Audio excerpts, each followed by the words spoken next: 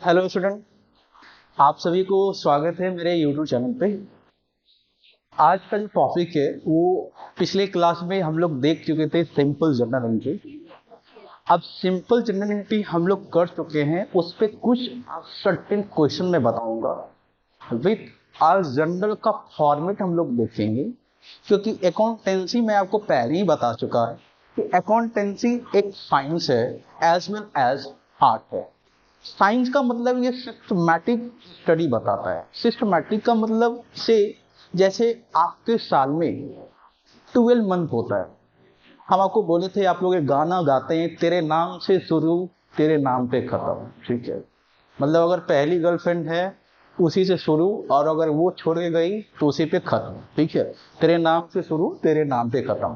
तो अकाउंट में उसी गाना को हम लोग बोलते हैं कैलेंडर ईयर। कैलेंडर ईयर का मतलब ही होता है तेरे नाम से शुरू तेरे नाम पे खत्म। से मान के चलते हैं, अगर कोई ईयर स्टार्ट हुआ जनवरी 1 2024 तो खत्म होगा 31 दिसंबर 2024।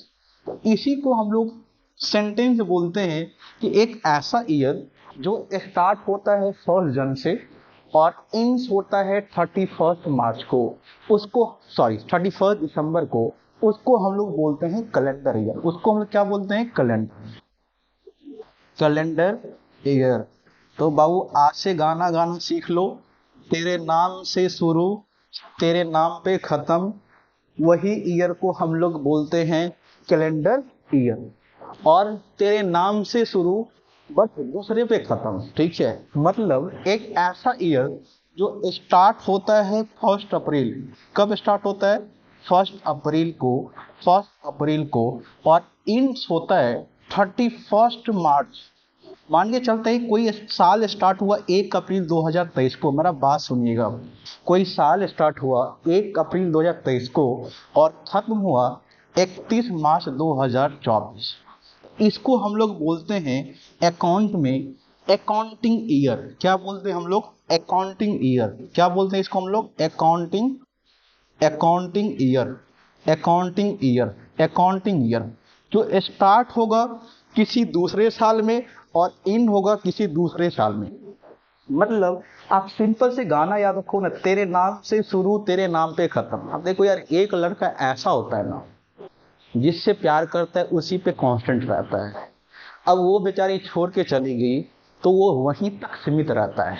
उसके बाद वो बन जाता है आर राजकुमार। कौन सा था भाई, पता नहीं मूवी में क्या था। जो गर्लफ्रेंड छोड़ के जाती है, ठीक है, शादी में जरूर आता। कौन सा हीरो था पता नहीं, नाम कुछ कुछ भूल गए। ठीक है, तो तेरे नाम से शुरू तेरे नाम पे खत्म, इसको हम लोग बोलते हैं कैलेंडर ईयर। तेरे नाम से शुरू बट दूसरी पे खत्म, पहली पे नहीं खत्म। ठीक है भाई, क्या दिक्कत है?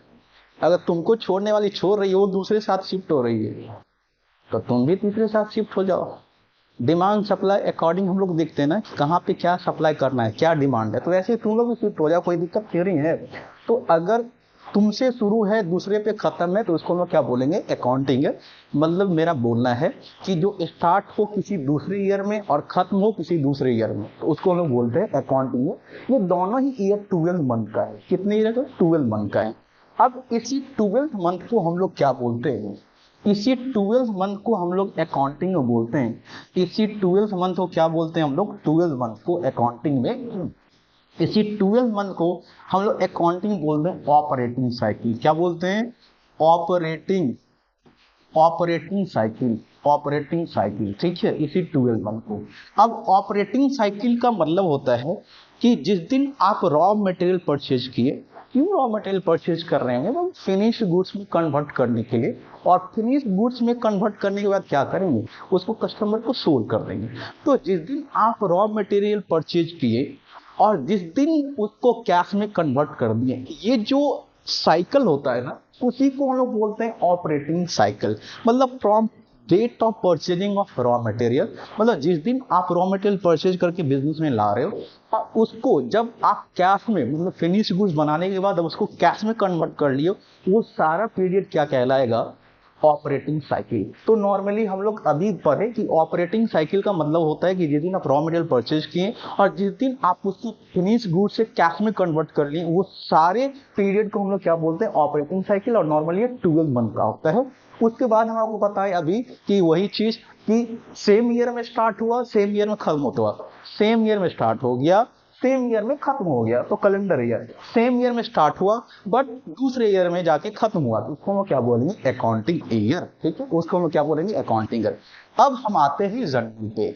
अब देखो ये जर्नल को थोड़ा आप लोग ज्यादा मानदान करो यार, ठीक है, इसको बहुत, ये बाबू है, इसको संभालो थोड़ा, ठीक है। जैसे तुम लोग का पहली गर्लफ्रेंड होता है ना, बहुत सारा उससे इमोशनली अटैच हो जाते हो कि दुनिया में यही जो है वही है, मम्मी पापा दोस्त ये सब गया, कहाँ छोड़िए, कहाँ गए वो तुम लोग भी जानते हो, ठीक है।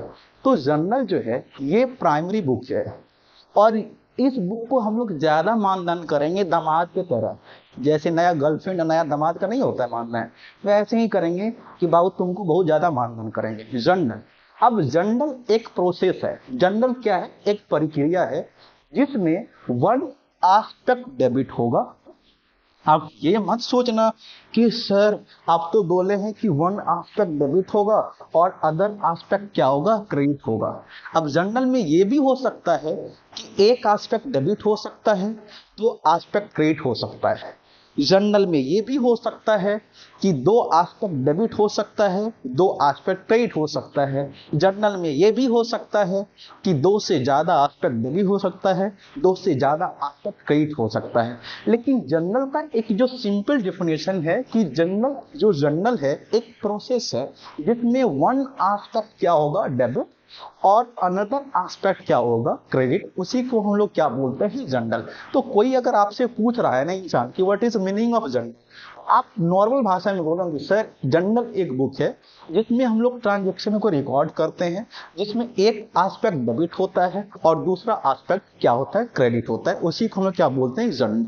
अब हम आपको बताए थे कि फॉर्मेट ऑफ जर्नल, ये क्या है, फॉर्मेट ऑफ जर्नल। तो सबसे पहले इसमें होता है डेट। क्या होता है, डेट। डेट इसलिए दिया जाता है कि कंपनी में जो परचेज सेल होता है एसेट का, गुड्स का, जिसका भी परचेज सेल होता है उसमें डेट होता है कि आप इस डेट को एसेट बेच रहे हो, इस डेट को आप गुड्स परचेज कर रहे हो, इस डेट को आप गुड्स सोल्ड कर रहे हो। तो जो डेट दिया होगा उस डेट को यहाँ पे हम लोग कोट कर लेंगे। तो जर्नल का पहला जो आपका कॉलम है उसको हम बोलते हैं डेट। अब इसमें है पार्टिकुलर दूसरा कॉलम। तो पहला कॉलम क्या बोलते हैं, डेट, और दूसरा कॉलम हम लोग क्या बोलते हैं, पार्टिकुलर। अब डेट में जिस दिन ट्रांजेक्शन हुआ, ठीक है, आप लोग नहीं समझते हो, अब किसी दिन आप लोग लड़की को प्रपोज करते हो, वो डेट आप लोग के लिए बहुत ही लाइफ में इंपॉर्टेंसी रखता है।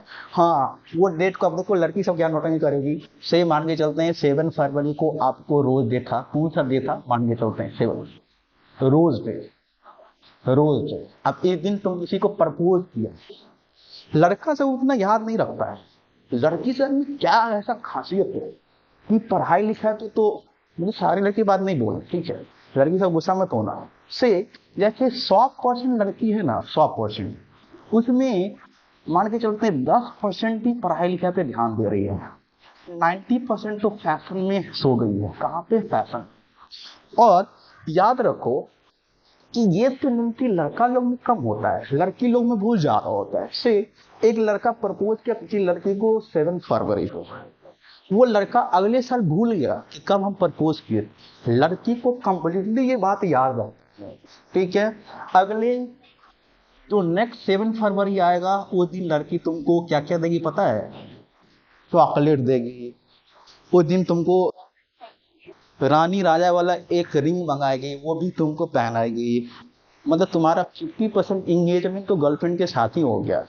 अब 50% जो इंगेजमेंट होता है वो तुम्हारी वाइफ के साथ होता है। अभी का लड़का का 100% इंगेजमेंट कहीं पर भी नहीं होता है, अभी की लड़की का 100% इंगेजमेंट कहीं पे भी नहीं होता है। वो एक्सेप्शनल केस है अभी की दुनिया में, का 100% इंगेजमेंट होता है।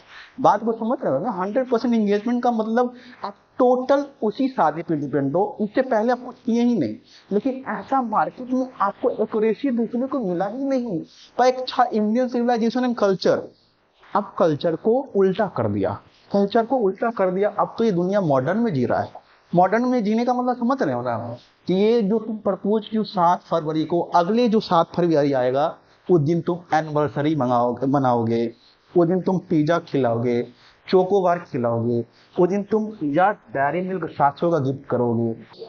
अब ये डे जो होता है ये लड़का को बहुत कम याद आता है, लड़की सब तो इसमें पता नहीं, लड़की लोग को पढ़ने में मतलब उसको देखो, अगर तुमको लड़की को इम्प्रेस करना है अभी के जमाने में, जहां तक हम लोग जानते हैं और आप लोग भी जानते होंगे क्योंकि आप लोग भी नया जनरेशन से बिलोंग करते हो, तो लड़की को अगर इम्प्रेस करना है तुमको तो 2-3 कंपोनेंट उसके साथ रखो, डिस्क्लोज करो।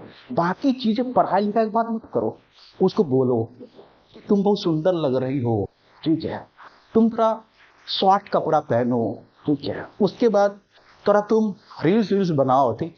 देखो कल से तुम्हारे प्रति जो उसका इमोशनली प्यार होता है यार, ग्राफ सीधे 100 से 300 बढ़ जाएगा, ठीक है। इसीलिए लड़का लोग लड़की ये मत बोलना कि पढ़ाई करो, याद रखना, जैसे ही बोलोगे पढ़ाई करो, कैरियर में ध्यान दो, तुमको लात मार देगी, ठीक है, तुमको हटा देगी वहां से और बोलेगी रियल अकाउंट गोज आउट मानेंगे, कम से नहीं मानेंगे, ठीक है। अब देखो एक चीज हम आपको पढ़ाए थे एसेट और दूसरा क्या पढ़ाए थे, लायबिलिटीज। एसेट और लायबिलिटीज एक बात समझते हो, ये वाइफ जो होती है ना ये एसेट है और ये गर्लफ्रेंड जो होती है ना जीएफ, ठीक है, ये थोड़ा लायबिलिटीज होती है। जिस दिन से आएगी ना उस दिन से आपका एक ऑब्लिगेशन बढ़ जाएगा। तो कल ले जाएगा जूडियो, उसमें 1000 का शॉपिंग करेगी, फिर पिज्जा ले जाएगी, पिज्जा डोमिनोज पिज्जा, उसमें 500 रुपया खर्च करवाएगी, फिर मूवी देखने ले जाएगी 350। देखो ना 1850 तो तुमको अभी खर्च करवा दी, ठीक है, पता। ये एक प्रकार का लायबिलिटीज होता है। लेकिन जो वाइफ है ना, वाइफ तुमसे परचेज करवाएगी, लेकिन ऐसा तो है कि वो लाइफ टाइम हो जाता है, वो तुम्हारे लिए सारा काम करती है। अब ऐसे लड़की की शादी मत करना जो खाना भी बना के खुद ना खिलाए, ठीक है, तो फिर तुम जैसे ही मॉडर्न हो तीसरा मॉडर्न तुम चले जाओगे, ठीक है। तो चलते हैं, ये सब बात ध्यान रखना है, आगे चलना है, ठीक है। तो तेरे नाम से शुरू तेरे नाम पे खत्म, this is known as calendar year. तेरे नाम से शुरू बस दूसरे पे खत्म, तीसरे पे नहीं, तीसरे खत्म दूसरे पे, उसको हम बोलेंगे अकाउंटिंग ईयर। और ये जो 12 मंथ का ऑपरेटिंग साइकिल होता है, जिस दिन से बिजनेस रॉ मटेरियल परचेज कर रहा है और उस दिन से उसको कैश में जो कन्वर्ट करने का टाइम लगा, इस टोटल टाइम पीरियड को हम लोग बोलते हैं ऑपरेटिंग साइकिल। फिर हम आपको बताए थे जर्नल। जर्नल जो है एक प्रोसेस है ट्रांजेक्शन को रिकॉर्ड करने का, जिसमें वन एस्पेक्ट डेबिट होता है और दूसरा एस्पेक्ट क्या होता है, क्रेडिट। अब हम आपको बताए थे कि जर्नल का जो फॉर्मेट है वो हमको देखना है, इसमें डेट होता है, डेट किस दिन कौन सा ट्रांजेक्शन है वो रिकॉर्ड करेंगे। अब कौन सा ट्रांजेक्शन में एक एस्पेक्ट डेबिट हो रहा है, एक एस्पेक्ट क्रेडिट होता है, आपको मैंने पहले ही सिंपल जर्नल एंट्री बता रखा है कि सिंपल जर्नल एंट्री में एक एस्पेक्ट डेबिट होता है और दूसरा क्रेडिट होता है, तो उसको हम लोग यहाँ पे लिखेंगे one aspect debit another aspect credited. उसके बाद ये एलएफ क्या होता है, लेजर फोलियो, ठीक है। अच्छा इसका कोई काम नहीं है, अगर नॉर्मल सोचो, जब रियल लाइफ में आप काम करेंगे ये पेज नंबर के लिए होता है, किसके लिए, पेज नंबर के लिए। हम आपको बताएंगे जैसे आप लोग काम नहीं किए होगे रियल लाइफ में, कंपनी में जब काम करोगे ना, तो जैसे हम लोग करते थे तो वहाँ पे कॉन्ट्रैक्टी होता था, वहाँ पे सप्लायर आपका था, तो जो आप सप्लायर को पेमेंट करते थे, पेन और याद रहता है, पेन और यहाँ पे हम लोग कोड करते थे ताकि आसान होगा लेजर में कोड करने में, ठीक है। तो पेज नंबर के लिए ये भी आ जाता है। फिर जब आप जर्नल एंट्री करते हो तो एक एस्पेक्ट क्या होता था, डेबिट, तो डेबिट अमाउंट यहाँ पे लिख देंगे और एक एस्पेक्ट क्रेडिट होता था, तो क्रेडिट अमाउंट हम लोग यहाँ पे लिख देंगे। टोटल ये है क्या, मैं अभी आपको बताऊंगा। तो सिंपल भाषा में what is meaning of journal, it is process of transaction, one aspect is debited, मतलब एक एस्पेक्ट जिसमें डेबिट हो और दूसरा क्या हो, क्रेडिट हो, उसी को हम लोग क्या बोल देंगे, जर्नल। और जर्नल का जो फॉर्मेट होता है उसमें 5 कॉलम होता है, ठीक है, कितना, 5। पहला डेट, दूसरा पार्टिकुलर, तीसरा कौन सा, एलएफ लेजर फोलियो, चौथा अमाउंट डेबिट, पांचवा अमाउंट क्रेडिट। तो जर्नल में टोटल 5 कॉलम होता है। अब जर्नल जो होता है ट्रांजैक्शन को क्रोनोलॉजिकल ऑर्डर में रिकॉर्ड करता है। ये सीए फाउंडेशन में भी कई बार एमसीक्यू आता है कि जर्नल जो होता है ये तो प्राइमरी बुक है नहीं, क्योंकि हम बोले थे ये फर्स्ट गर्लफ्रेंड है, इसको ज्यादा मानो, ठीक है। जर्नल जो है पहला बुक है, इसको ज्यादा मानो, ठीक है। ये ट्रांजैक्शन को फर्स्ट रिकॉर्ड करता है अपने बुक्स में, ठीक है, और ये क्रोनोलॉजिकल ऑर्डर में रिकॉर्ड करता है, इसको हम लोग प्राइमरी बुक भी बोलते हैं नॉर्मली, ठीक है। अब ये आप जनरल का फॉर्मेट प्रिपेयर कर लो, बना लो। मैं नेक्स्ट आपको जनरल एंट्री के थ्रू आपको बता रहा हूँ इसमें, ठीक है। अब मान के चलते हैं, जैसे आपको एंट्री एक बता रहे, शॉर्ट में लिखो। जैसे समझो पहले, गुड्स परचेज क्या होता है, goods purchase from from mister Ravi. अब ये सिंपल से एंट्री देखना, RS 10,000, ठीक है, RS 10,000। तो मैंने आपको पहले ही बताया था, मान के चलते हैं ये आपका ठीक है, रुको रुको यहीं पे रुको, मैं अच्छा सा बता दे रहा हूँ, तो पहले ये नोट डाउन कर लो, ठीक है, पहले नोट कर लो। से मैं आपको एक सेंटेंस में यहाँ पे ट्रांजेक्शन आपको लिखवाता हूँ, ठीक है। बस केवल समझना, अभी आप लोग जनरल का मीनिंग लिख लो, जनरल का फॉर्मेट, बाकी टोटल मैं आपको समझाऊंगा, ठीक है, टोटल में समझाऊंगा। से मान के चलते हैं जनवरी 1, 2023 को एक ट्रांजेक्शन, किस दिन, Jan 1, 2023 को मैंने आपको ट्रांजेक्शन बताया, परचेज गुड्स फ्रॉम ठीक है, रवि से बिजनेस गुड्स परचेज किया, RS 10,000। अब याद रखना, ठीक है, कि अगर ट्रांजैक्शन में सप्लायर या कस्टमर का नाम दे दिया है, अगर किसी भी ट्रांजैक्शन में सप्लायर या कस्टमर का नाम दे दिया है, तो यहाँ पे सप्लायर का नाम दे दिया है अगर, ठीक है, या आप ये बोल सकते हैं कि ये सेलर है बिजनेस के लिए, हम लोग क्या है परचेजर। अगर बिजनेस किसी भी ट्रांजैक्शन में परचेजर या सेलर का नाम दे दिया है, तो यहाँ पे नाम दे दिया है, साथ में कैश तो यूज नहीं हुआ है, ठीक है, साथ में अलॉन्ग विथ कैश यूज नहीं हुआ है, उस ट्रांजेक्शन को हम लोग क्रेडिट ट्रांजेक्शन मानते हैं। मतलब यहाँ पे कैश नहीं है, मतलब ये क्रेडिट ट्रांजेक्शन है। इसका एंट्री आप करते हो ना, मैं आपको पहले ही बताया था कि purchase account debit, purchase nominal account है, एक्सपेंस है, हम लोग क्या करते हैं डेबिट। और राम जो है नेम ऑफ पर्सन है, तो ये पर्सनल अकाउंट है, पर्सनल अकाउंट में क्या है, गीवर। और टू का मतलब होता है अकाउंट क्रेडिट, तो गीवर है कितना से 10,000, तो purchase account debit to Ram कितना 10,000। अब ये नॉर्मल विथ ये ट्रांजेक्शन विदाउट फॉर्मेट में हम लोग कर रहे हैं। अब इसको जो हम लोग फॉर्मेट में करेंगे, कैसे करेंगे वो मैं आपको बता दे रहा हूँ। पहला कॉलम है डेट, तो डेट कब है लिख दो यहाँ पे, इत्मीनान से जनवरी 1, ये ट्रांजेक्शन दिया रहेगा 2023, ठीक है। पहला आस्पेक्ट कौन सा डेबिट है, परचेज, तो यहाँ पे लिख दो बाबू कि परचेज अकाउंट नॉमिनल अकाउंट है, तो नॉमिनल अकाउंट को हम लोग एक्सपेंस में क्या करते हैं, डेबिट करते हैं। और राम जो है पर्सनल अकाउंट है, लेकिन रिसीवर नहीं है, क्या है, गीवर, और गीवर को हम लोग हमेशा क्या करते हैं, क्रेडिट। तो purchase account debit to Ram कितना है आपका 10,000, परचेज डेबिट है, तो ये डेबिट अमाउंट है, देखो यहाँ पे लिख भी दिए। और ये क्रेडिट अमाउंट है, तो यहाँ पे कोट कर देना क्रेडिट अमाउंट इसको। अब डेबिट ये है, DR लिखे CR, ठीक है। अब देखो नॉर्मली ये तो एंट्री है। अब यहाँ से एक बाबू सोना करके एक ब्रैकेट स्टार्ट कर लेना और लिखना सोना बिंग, पहले लिख दो यहाँ पे बिंग, ठीक है। बिंग हमेशा यूज करने पहले अपने मन से। और जैसा ये ट्रांजेक्शन है परचेज गुड्स फ्रॉम रवि, वैसे ही यहाँ पे इसको कॉपी कर लो, लिख लो, कॉपी करके पेस्ट, मतलब लिख लो वही चीज, परचेज लिख लेना, परचेज गुड्स क्या लिख लेना, purchase goods from Ravi, purchase goods from Ravi, rupees 10,000, ठीक है। मतलब इसको हम लोग बोलते हैं नरेशन, क्या बोलते हैं इसको हम लोग, नरेशन जो होता है ना, ये ब्रीफ होता है, या क्या होता है, ब्रीफ होता है किसी ट्रांजेक्शन का। मतलब ये अगर आप लिख दे रहे हो ना, तो आप क्लियरिफाई कर रहे हो कि एक्चुअल में बिजनेस में क्या ट्रांजेक्शन हुआ है, ठीक है, कितना से 10,000 से 10,000 से। अब स्टूडेंट लोग पूछता है कि सर जब एंट्री कर ही दिए purchase account debit to Ram, तो इसका मतलब है ये हम लोग क्यों लिख रहे हैं। मैंने आपको पहले ही बोला था कि ये क्या है, नरेशन, क्या है ये, नरेशन का मतलब ये वेरीफाई है, ये क्लियरिफाई है कि एक्चुअल में बिजनेस में क्या ट्रांजेक्शन हुआ है। अब ये लिखनी कंपल्सरी की है, वो भी मैं आपको बता दे रहा हूँ। से जैसे मान के चलते हैं, जितनी भी इंडिया में बिजनेसमैन है, क्या वो पढ़ा लिखा सारा है, नहीं है, सारा पढ़ा लिखा नहीं। आपके पास पैसा बहुत ज्यादा हो जाना इसका मतलब ये नहीं है कि आप वेल एजुकेटेड हो। ऐसा कई डिक्शनरी में नहीं लिखा है कि आपके पास अगर पैसा बहुत ज्यादा है तो आप बहुत ज्यादा पढ़े लिखे हैं। तो एक ऑनर हो सकता है कि अनपढ़ भी हो सकता है जिसके पास काफी पैसा हो, और अच्छा बिजनेस हो, ठीक है। अब वो आया और बोला कि 1 जनवरी को क्या क्या बिजनेस में ट्रांजेक्शन हुआ है। अब जो सीए है वो बोल रहा है परचेज टू कैश, क्या बोल रहा है परचेज टू कैश, या बोल रहा है परचेज टू नाम। अब ऑनर भाई आएगा, ऑनर तो एकदम मुचंड है, ठीक है। ऑनर क्या है, उसको कुछ मालूम ही नहीं है परचेज क्या होता है, राम क्या होता है। वो ना पर्सनल अकाउंट जानता है ना नॉमिनल अकाउंट जानता है, और आप उसको पढ़ा रहे हैं परचेज टू राम, ठीक है। तो वो नहीं समझेगा कि एक्चुअल में बिजनेस में क्या ट्रांजेक्शन हुआ है।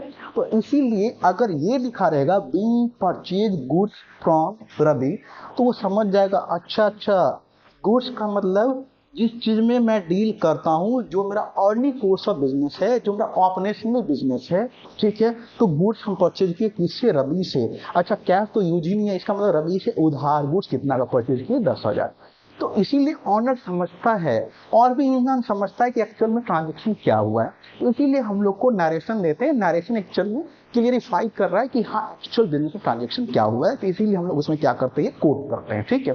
तो अभी आपको मैंने बताया कि 5 कॉलम होता है जनरल में, याद रखना, date, particular, LF, amount debit बोलो, अमाउंट क्रेडिट बोलो। क्या बोलना है, date, particular, LF, amount debit, amount credit, ऐसे ही बताना है।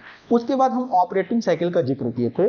ऑपरेटिंग साइकिल का मतलब ही होता है कि जिस दिन आप रॉ मटेरियल बिजनेस में परचेज किए, उस दिन से लेके जिस दिन तक उसको कैश में कन्वर्ट किए, मतलब purchase of raw material rate से जिस दिन आप उसको कैश में कन्वर्ट किए, फिनिश गुड बनाने के बाद वो सारा पीरियड क्या हो जाएगा, ऑपरेटिंग साइकिल। और ऑपरेटिंग साइकिल में 12 मंथ आता है। फिर मैंने आपको पहले बताया था कि जिस सेम ईयर में स्टार्ट हुआ, सेम ईयर में खत्म हो गया, उसको बोलते हैं कैलेंडर ईयर। सेम ईयर में स्टार्ट हुआ, नेक्स्ट ईयर में खत्म हुआ, उसको हम लोग बोलते हैं अकाउंटिंग ईयर। फिर आपको बताए थे what is meaning of journal. बोले जर्नल एक प्रोसेस है जिसमें वन एस्पेक्ट डेबिट होता है और दूसरा एस्पेक्ट क्या होता है, क्रेडिट होता है, ठीक। इसमें टोटल 5 कॉलम होता है, date, particular, LF, amount debit, amount credit. LF stand for ledger folio. क्या होता है, लेजर फोलियो। एक दो ट्रांजेक्शन मैं आपको अभी और बताऊंगा, कुछ लिखो। अच्छा इंपॉर्टेंट ट्रांजेक्शन आपको लिखवा रहे हैं, अभी सिंपल जनरेटिव नहीं है, ठीक है।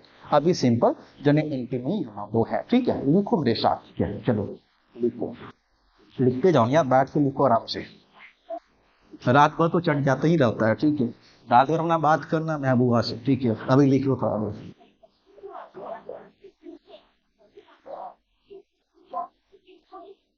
अभी तो तुम लोग सोमवारी उमवारी कर रहे होगे यार, कोई ठीक है। रोज चालन तिलक कर रहे होगे गर्लफ्रेंड के साथ। हम लोग का कहाँ नसीब है ये सब, तो सड़क पे घूम रहे हैं। चलो ट्रांजेक्शन लिखो मेरे साथ, ठीक है। से जनवरी 1 को लिखो। अभी जो ट्रांजेक्शन लिखा रहे हैं बहुत अच्छा, जनवरी 1 2024, बहुत इंपॉर्टेंट ट्रांजेक्शन लिखवा रहे हैं। लिखो परचेज, परचेज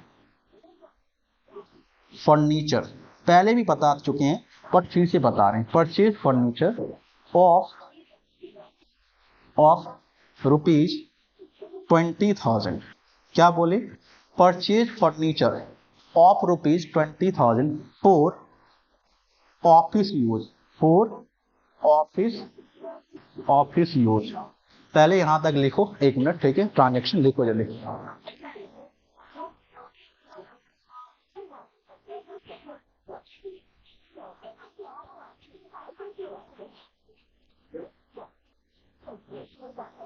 लिखो पहला ट्रांजेक्शन, परचेज फर्नीचर। अगर नहीं दिखाई दे रहा तो मैं बोल के लिखा दे रहा हूँ, purchase furniture of ₹20,000 for office use, ठीक है। अब जनवरी 2 को ट्रांजेक्शन लिखो, जनवरी 2 2024 को लिखो। उसके बाद सीधे बता देते हैं, परचेज रिटर्न। अब ये ट्रांजेक्शन सब अच्छा है।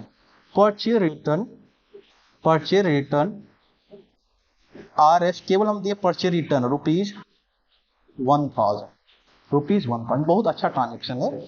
उसके बाद जनवरी 3 को लिखो 2024, अच्छा ट्रांजेक्शन है। लिखो सेल्स रिटर्न। क्या होता है, sales return, sales return RS 2000। उसके बाद लिखो नेक्स्ट, पहला है purchase furniture of ₹20,000 for office use. उसके बाद है परचेज रिटर्न कितना, 1,000। उसके बाद है सेल्स रिटर्न 2,000। उसके बाद जनवरी 4 2024 को लिखो केवल डिस्काउंट रिसिप्ट। क्या है, डिस्काउंट, यार बहुत कोई एंट्री नहीं आता है, बता रहे discount receipt, discount receipt RS 500।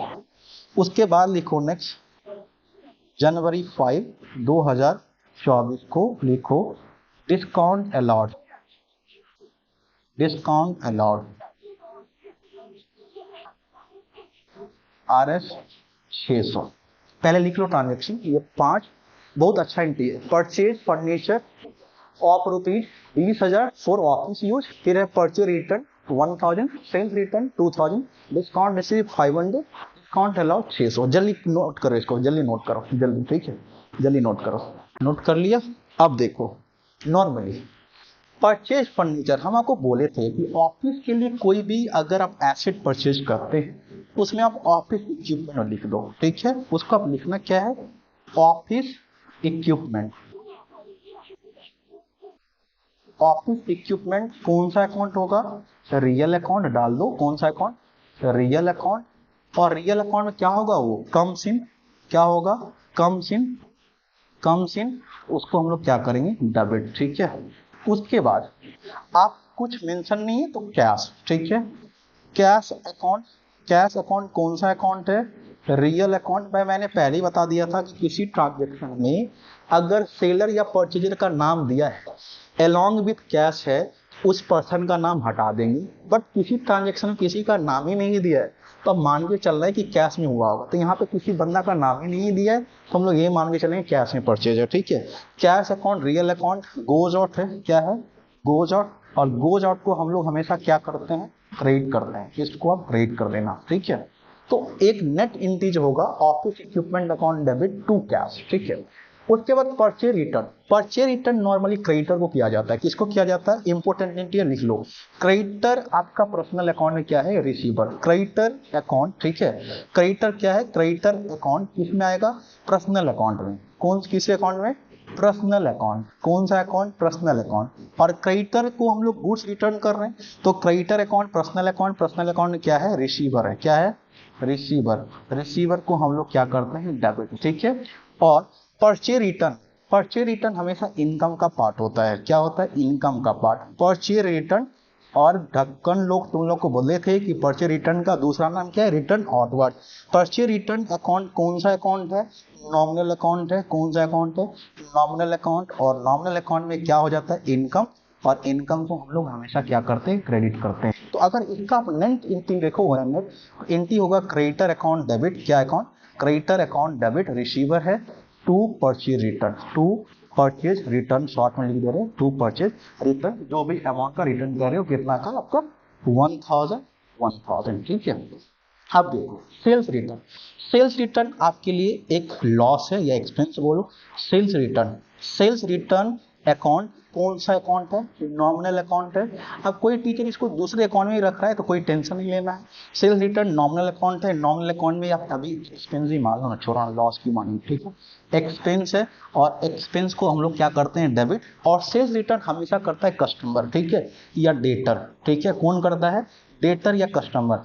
Debtor account जो होता है वो आपका किस अकाउंट में आता है, पर्सनल अकाउंट। किस अकाउंट में, पर्सनल अकाउंट में। और ये पर्सनल अकाउंट में गिवर है, क्या है, पर्सनल अकाउंट में गिवर है, तो इसको हम लोग क्या करेंगे, क्रेडिट। तो नॉर्मल जो एंट्री होगा, sales return nominal account, sales return nominal account. और सेल्स रिटर्न का हमेशा डेबिट बैलेंस होता है तो सेल्स रिटर्न को डेबिट ही करना। परचेज रिटर्न का हमेशा क्रेडिट बैलेंस होता है तो उसको क्रेडिट ही करना। परचेज रिटर्न हम लोग क्रेडिटर को करते हैं और सेल्स रिटर्न बिजनेस को कौन करता है, डेटर या customer. Sales return account debit to debtor, to क्या हो जाएगा, डेटर, टू डेटर अकाउंट। कितना से, आपका जो भी अमाउंट है 2000 सारा इंपॉर्टेंट जानना है, इसीलिए आपको बता रहे हैं। उसके बाद है डिस्काउंट रिसीव। डिस्काउंट रिसीव जो होता है वो हमको किससे मिलता है, क्रेडिटर से, ठीक है। तो नॉर्मली यहाँ पे मैं एंट्री बता दे रहा हूँ यहाँ पे, ठीक है, इसको हटा के।